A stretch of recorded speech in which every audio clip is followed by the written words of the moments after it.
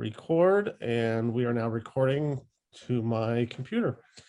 Well, very good. Thank you again for joining this session. Unfortunately, I wasn't able to hear all of your background and interest, but I'm excited that you have joined this session. I am going to briefly start off with some of the things that District 5170 has done, and then we can kind of open it up to share what anything that you any projects you'd like to share or any questions that you might have. Yes, Chris, I will say some are here to learn as well. Okay, great. That's great to hear. 5170, there are two projects that are done every year. There's an international project and what is called the community project. And so the international project is for a typically an organization that is international in nature. It unlike the kind of group 7 group in terms of international several projects and travel, this is something that is done where where district council picks a international organization and fundraises for that organization. So previous recipients have been organizations that work on human trafficking, for example, or organizations that support different programs, humanitarian programs. So that's the international, and then at the local, the community is what they call it. The community project in 5170 is a local organization that supports efforts. So, for example, mental health was in that video that was shown earlier. And so I am going to pull up the district website that has a short explanation of projects. So hold on while I'm pulling this up. Past projects, here we go.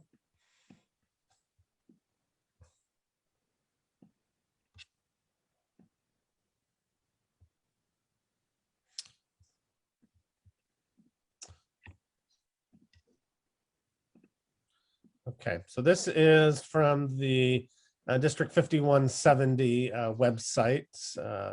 Let's see here, sorry. So interact5170.org. And so the past projects, so as I said earlier, the Interact 5170 dedicates itself to one international and one community project. In order to raise money for the international project, the area 13 areas, as well as individual Interact clubs, hold fundraisers and other awareness events. The community project focuses on creative local service opportunities that revolve around project's theme. So the international project tends to be more fundraising, and then the local community project tends to be focused on more community service opportunities. So the different themes for the international projects, going back to 2009, was looking at water, and then end polio, shelter box, free the youth, life, love, literacy. The answer is the sun, which focused a bit more on looking at using solar reading for reading and literacy purposes. Home sweet home, hello, my name is, and then they haven't updated this for recent years. But in the community projects, the hunger relief, and again, these are more local projects in trying to look at initiatives that focus on the local level. And for example, Under One Roof focused on looking at homelessness. So there are some exciting things. Let me show you up here kind of where the current project, the current community project is for 5170 is combating with care. And so looking at the monetary goal. So this was a video hold on a moment, and I'll show this for a few minutes, and then we'll kind of open it up in discussion. So this is a video that, and I need to make sure that my sound is being shared. So this was a video that was shown, typically it's shown at the Interact Fall Leadership Conference, but this is kind of gives an overview of the project.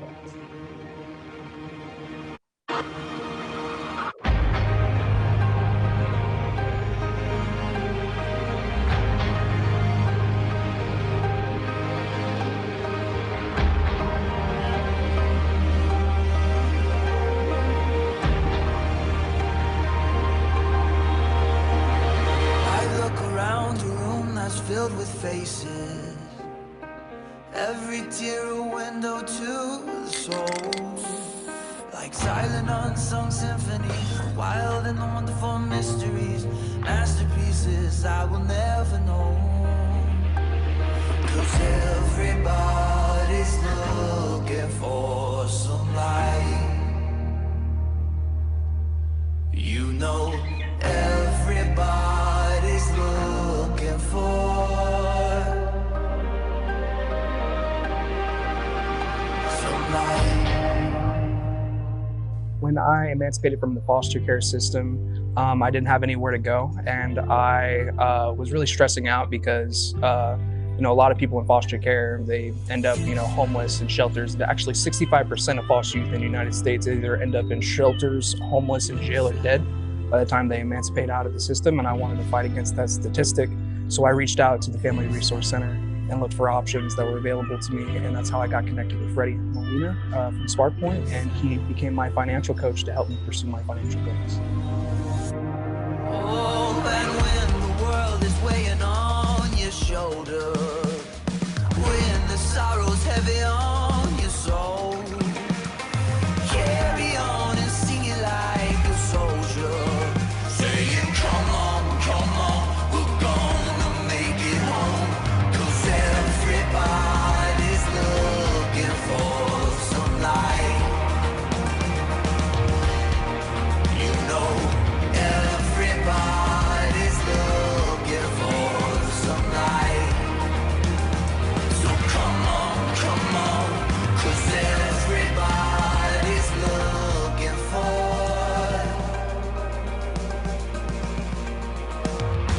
some light.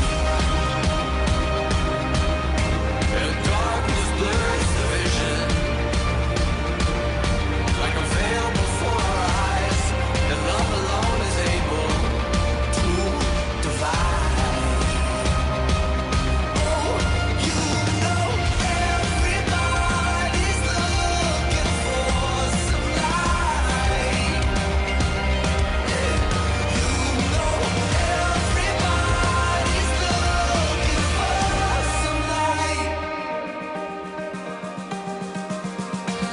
So come on, sing it like a soldier. Come on, you know it ain't over. Everybody's looking for some light. So come on, sing it like a soldier. Come on, you know it ain't over. Everybody's looking for some light. You know, everybody's looking for some light. You know, everybody's looking for.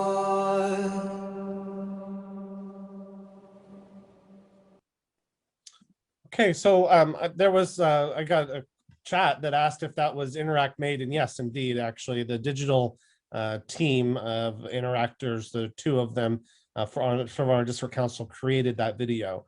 And so the idea is that partnering with a local agency, as you saw this year, it's United Way, San Francisco Bay Area, and then they also have a fundraising goal, which contributes to that project. So that is one example of what is being done related to local service projects and fundraisers.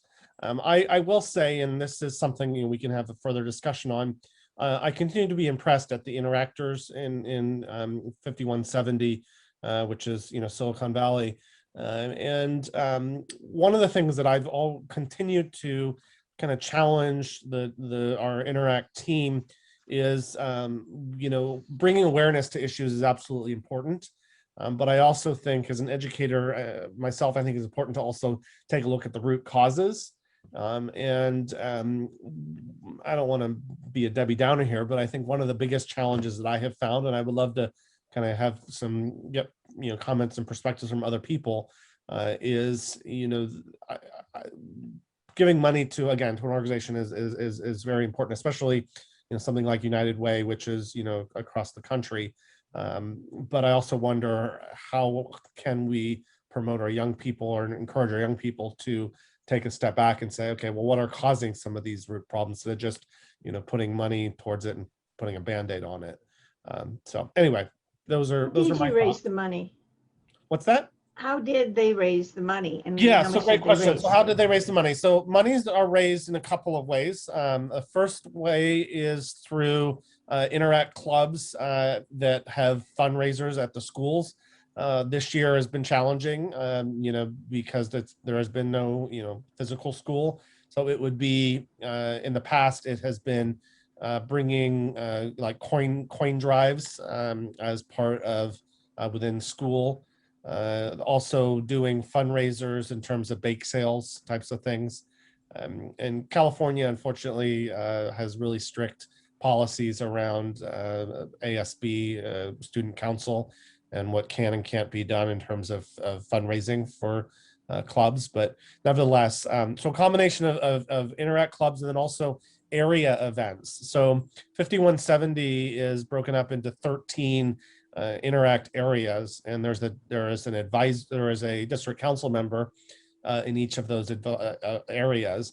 And so the district council district council director is what it's called, like area 1 director, area 2 director, etc., holds fundraising events. So typically those have been charity dinners or talent shows.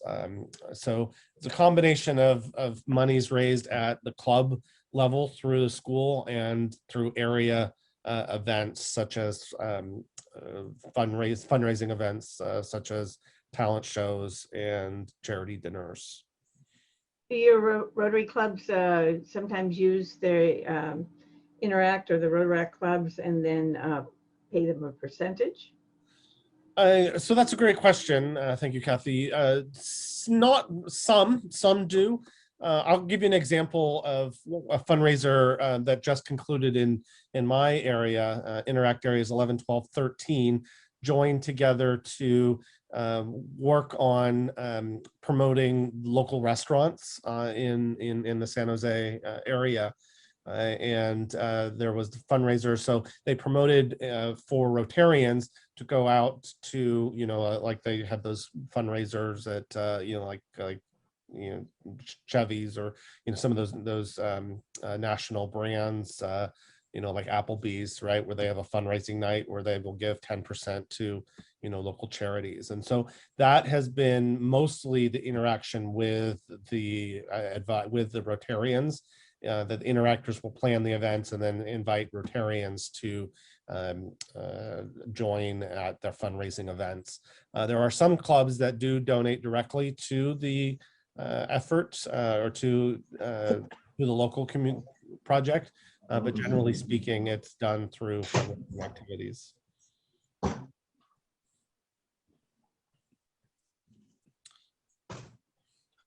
So I'm happy to answer any other questions, or if people want to share what they have done. I mean, one of the goals of these breakout sessions is to really have the collective wisdom. So is there anyone else that would like to share? And again, I apologize for not being able to hear your introductions, but have there been other districts, Interact project clubs that have done fundraising at local level? We did the restaurant thing. That was pretty easy. The other one we came up with, but didn't carry out, which we thought would raise a lot of money, is the cutest pet contest, where people would submit their picture of their adorable pet at the cost of $10 each. And then there would be prizes from Petco or something like that donated. And then the club would choose the cutest pet. Just an idea. Yeah, no, that I like that idea. I'm smirking here a little bit because a few years back there was the area director for the area Rotary Interact area that I live in, and the Rotary Club where my club sponsors, Interact Club. The area director, high schooler, high school senior, was a female, and she was a very vivacious young woman, and she had this idea of creating a calendar of the men of area 11, and basically having a calendar of these high school senior presidents or officers, you know, with their shirts off. And I'm like, yeah, no, not gonna happen. So anyway, I like the creativity, but I'm like, yeah, well, you know, we're not gonna be selling calendars with the men of you know, area 11 on them. One of the things that our Interact Club does is we pick up garbage in our community. And it's absolutely amazing how much garbage, you know, because we do it, we have the kids do it throughout the summer. We start in spring and we do it throughout the summer and in the fall. And when we go on an international trip, we ask the city for a grant, and they have never ever refused us. And actually it's interesting because they said of all the youth clubs that come to our city and ask for a grant, Interact is the only club that actually does, like, picks up garbage, has done some community service before they've asked for the money. And they said, we will always support the Interact Club. So that, you know, was encouraging to hear. That's great.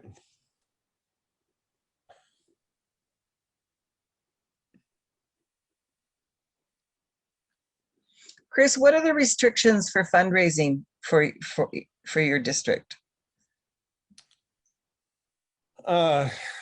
Well, the biggest challenge for fundraising is the schools. And I say that with all due respect. I actually served as a school board member quite some time ago. So I have a pretty good understanding of finance laws, but the biggest challenge that District 5170 has faced in terms of fundraising, particularly at the schools, is, as I said, referenced earlier, ASB, Associated Student Body, student government regulations that different school districts have to abide by. And the biggest challenge, so in our district 5170, we've got I think 108 Interact clubs, which comprise about 30 different school districts, and different school districts interpret things in different ways. So San Jose Unified, East Side Union High School District, which it has I think 7 or 8 comprehensive high schools with, you know, 3,000, 4,000, 5,000 students at each one, has they have really refined and have developed a clear process, versus the Palo Alto Unified School District, for example, has stricter interpretation of policies. And so I, as a district youth service chair, spend a lot of time working with the school district business people and trying to educate them that California law does indeed allow for fundraisers and donations to, you know, external organizations. Now it gets a little bit tricky because Interact, at least in California, under the ASB laws, are considered school clubs. And so as part of the Interact school being a school club, they have to abide by what ASB at the school requires. So I don't want to get too granular here, but I think the biggest challenge, quite frankly, has been, you know, the school districts themselves in regards to interpretation of laws. that were set in place to avoid, having mismanagement of funds. So that's been biggest challenge. I think one of the biggest successes has been and this has been really challenging this year with the COVID, because that video that I showed earlier, along with the international project video, are shown, at the fall leadership conference, where you've got 3,000-4,000 people in the room, and there's something energetic or magnetic about showing this video and then getting young people all riled up, and wanting to say yes, and this is something that we want to commit to doing. And so it's been challenging this year not having that in-person kind of sense, but it's been really successful in the past. Other thoughts, other questions? What are other districts been doing in terms of either fundraising or local service projects? So Chris, I'd like to piggyback on your comment of ASB requirements, because that was our greatest challenge in the Interact fundraising aspect. In fact, we had to shy away from that. However, one of the events that we hosted as a Young Interact club, where we protected the youngsters in not having to do the fundraising piece. So with Rotary and the Interact Club, in partnership, we did what we called Cupcakes for a Cause. We partnered with Rotary, and it was in support of World Polio Day. So the Interactors' role was to develop awareness of polio eradication. And we tried to connect it to what was going on with the coronavirus vaccine, because the journey is very similar as what the kids begin to find out. So that was their role, was really educating the student body population via Zoom, mind you. And on the day of the Rotary Cupcakes for a Cause, and this was a small business in town that was willing to partner with them and give us part of their proceeds for that day. The Interact students did not fundraise. However, they did posters to advertise them, and they were following the pandemic rules and everything at the major intersection, advertising that. So they were involved, like, I guess that's the piece here. They were involved in the event and still following the guidelines of their ASB requirements. And this is in Hawaii. This is not even California. So I imagine nationally, we're all going to be hampered by those ASB requirements. And working with the school has been very important in my role, is to see where the kids can be involved in, quote, fundraising, and where it's really hands off on the kids in fundraising. Yeah, thank you, Gloria, for mentioning that. I mean, I think that's an example, and this is where I would encourage everybody in this session, and Rotarians in general that are working with young people, is to try to find ways where we can make it possible, where we can, figure out not to say ignore, the rules and policies, but figure out a way to make things happen, to make things work. So great point. Other thoughts or comments? Yeah, I just wanted to share kind of the same thing as what Gloria said. It's hard to fundraise at like the school level and stuff like that. But one of the easiest ways that Interact has been able to fundraise has really been partnering with like the Rotary clubs within their city. And so just in my city, not for like the district, but we do a shrimp feed every year in the spring. and it's shrimp feed and live auction. This year we had to do a drive-by because of COVID, and we sold raffle tickets instead of the auction. So the Rotarians themselves were selling all of the tickets and everything. It's a really big fundraiser. It raised funds for high school scholarships and community service operations within the city. But all of the Interact members were the ones who boxed up the dinners, sold raffle tickets at the event.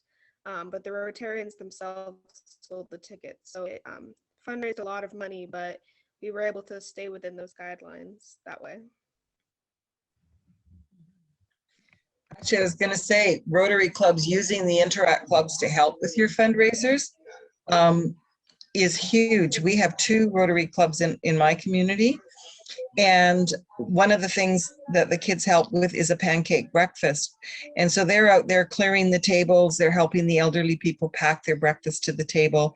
They're restocking the syrups and the butters and things like that, wiping up the spills and the stickiness. And then our club pays them to have helped.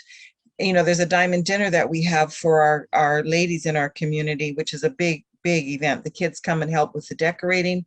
They tear down the hall in the evening. They do the coat check. The parents offer safe rides and the safe rides home. And that way it's a donation for the safe rides. And then again, the Rotary Club pays the club, the Interact Club, to have helped at the thing. So, you know, it's a win-win for both the Interact clubs. It's a great way for fundraising, and most Rotary clubs have a lot of gray hair people in them and are tired by 9 o'clock. And if an event goes past 9 o'clock, you've got all this young, energetic energy coming in to help. So it is truly a win-win.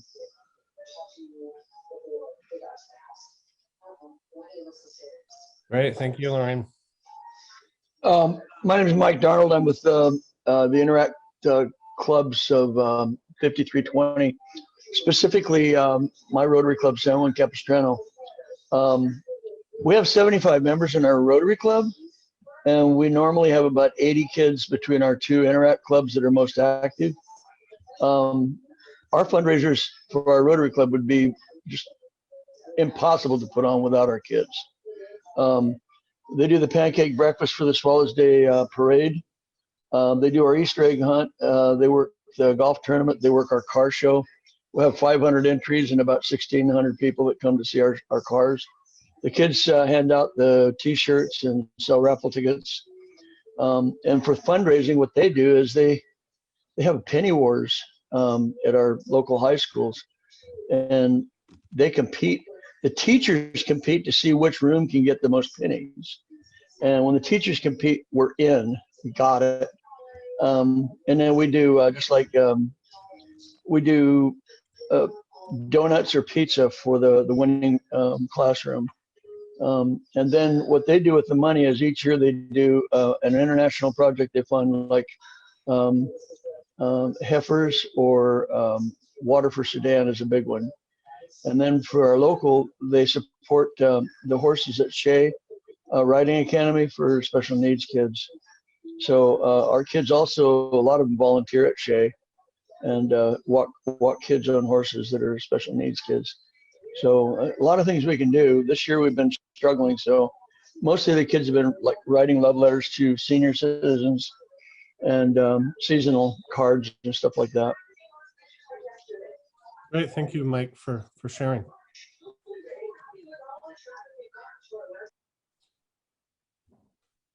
Other thoughts? What clubs you're doing? Any questions from me or anyone else in the session? We've got another maybe about 12 minutes or so before we're gonna break. Hi, my name is Annalisa, and I just wanted to go off what Mike Darnold said a little bit about writing letters to senior citizens.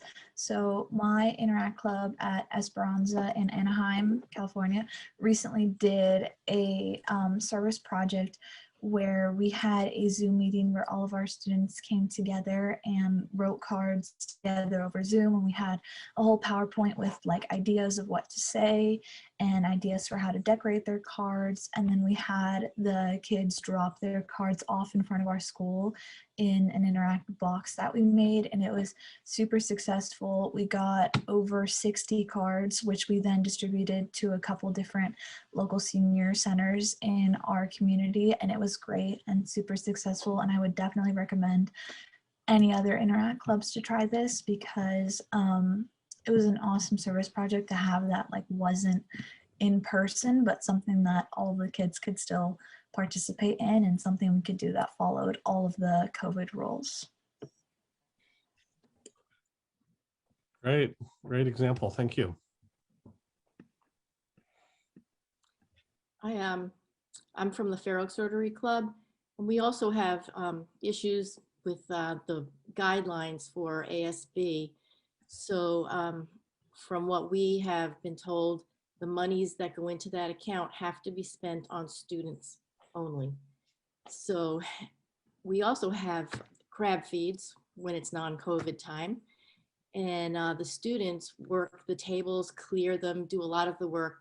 And we ask the guests to give tips. So we put the tips in a jar, we collect them, and we deposit those in our Rotary account for the Interact Club, so that they're able to use that money with less restrictions. And they've done a lot of, for one thing, they have partnered with a Boy Scout who's working on his Eagle project, and he's going to work on this project to provide a sidewalk refurb over at their high school, where when it rains, it becomes a big mud pot and all the kids get messy at one time or another. So that's a great amount of money that goes into something like that.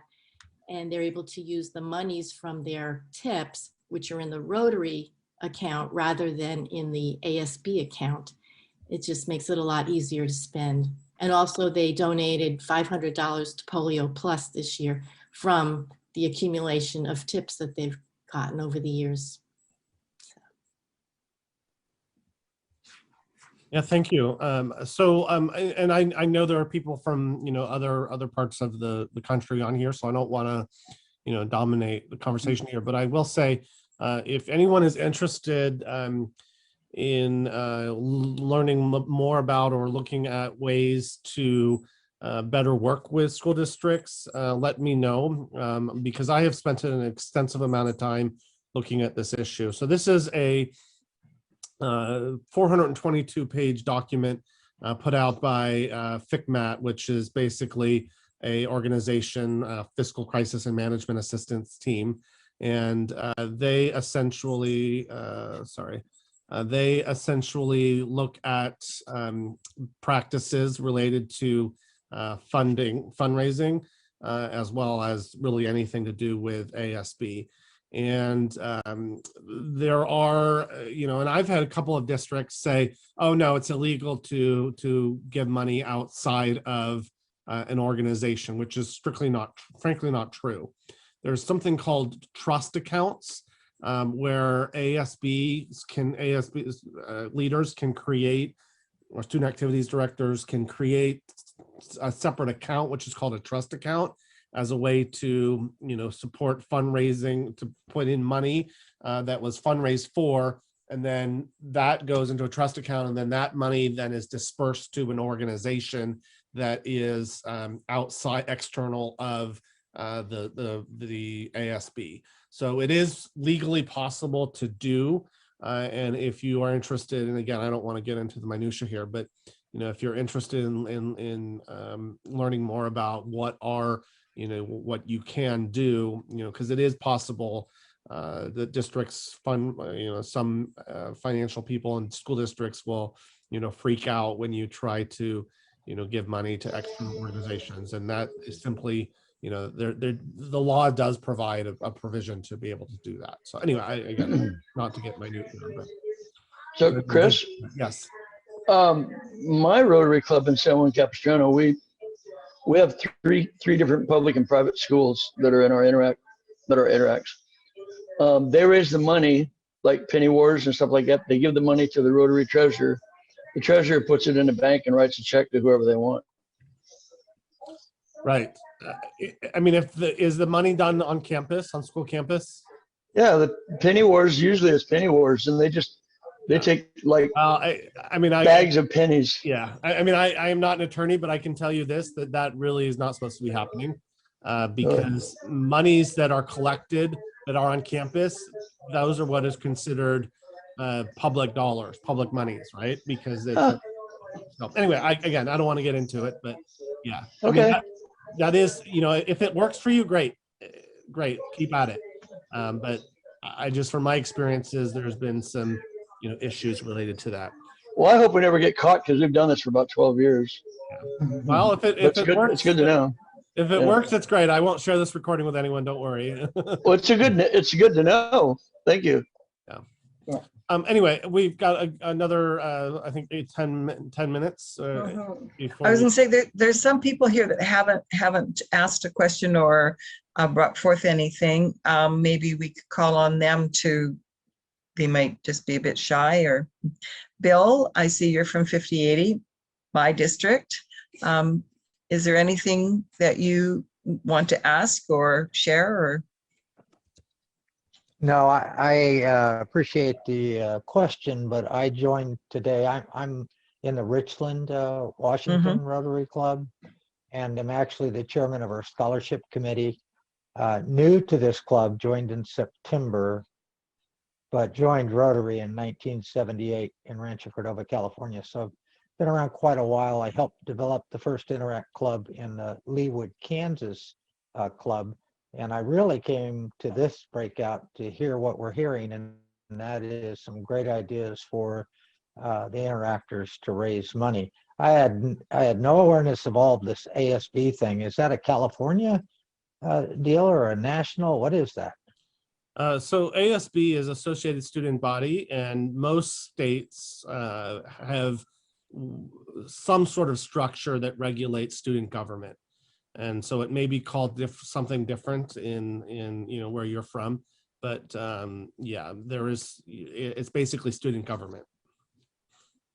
Okay, all right. Well, we have the Richland Unified School District director as a member of our club, so I'll talk to her and see how that all works. But I'm not the Interact chair in our club. I'm taking notes, and I'll share the information with our new generations or youth services director, and she can take it from there.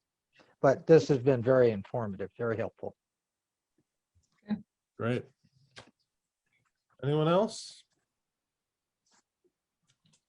just pick on someone, Chris. Pamela has her hand up. Go ahead.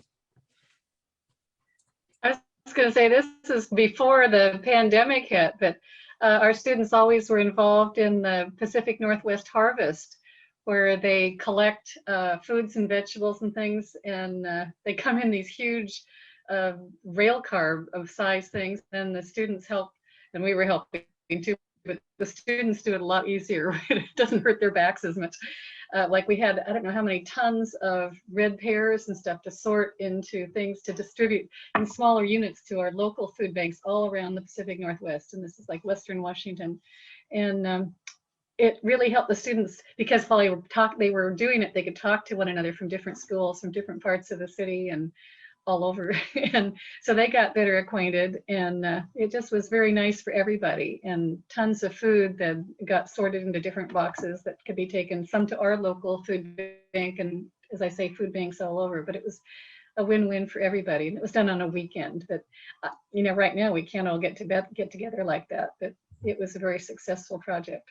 We also had an exchange student, and she was stuck in the country after the school shut down in February, but she still came and talked while they were still had a middle school group meeting about her experiences. She was from Spain, and actually she said she was so lucky because she was it's a very rural area, and so she was in the woods with places to walk and talk, and the person that she was living with was on the volleyball team, and so they could play together and stuff. And she thought if she'd been home in Spain, she would have been stuck in her apartment, not able to leave for months at a time. So she liked being here, but she shared what it was like being an exchange student with the younger kids in the middle school level, and got them all excited about being exchange students.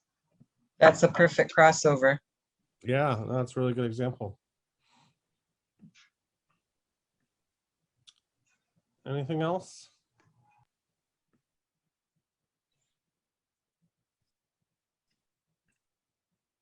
We've got 5 minutes to fill. Oh, there's Melanie. Good. I'm glad you came forward, Melanie. Yeah, like I said earlier, from Chris, I'm from Cranbrook, British Columbia, and our 2 Rotary clubs here are looking at restarting an Interact club. We had one years ago, and there's a group of people eager to get it going. So, but already these are awesome ideas hearing this today and things. And I already know there's a couple events that we already host through our Rotary Club that the kids can get involved in with the Interact Club. And one would be our Kootenai Rockies Grand Fondo, because it's a cycling event and just a ride. And we have 6 aid stations, and at this point we've always had different community groups man each of these aid stations, and so out of the proceeds of the event, you know, we give a donation to each of the community groups. So this is going to be a great chance for the Interact club to participate in that and get some funds through that program. So, so I'm really excited about all the potential, and hearing these ideas has been great. So thanks for allowing us to participate this morning. Great. And Melanie, because you're from BC, Purdy's is a great fundraiser. We raise between $2,000 and $3,000 at Christmas, and about $2,000 at Easter. So, so Purdy's is a chocolate company that is in Vancouver, British Columbia, and they sell top quality chocolates. And because in the interior there's no stores here, so we sell. They send us catalogs, we sell the product, they ship it to us, we get 25% of the sales. So in the US, I know you have Z's and some other nice chocolate companies. Make an arrangement with them and sell their chocolates to, it's a good fundraiser. Thank you.